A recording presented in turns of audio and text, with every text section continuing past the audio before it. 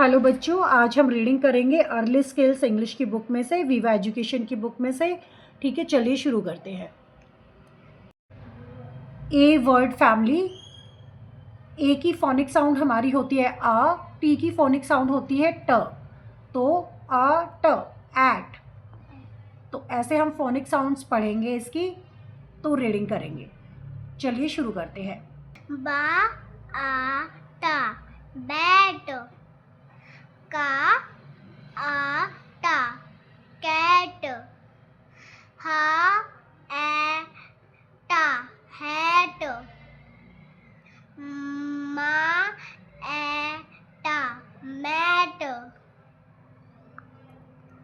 रा ए टा रैट, बा ए टा बैट, का एटा कैट,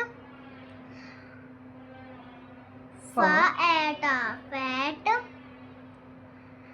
हा एटा हैट, मा एटा मैट, पा एटा पैट, रा एटा रैट, सा एटा सेट।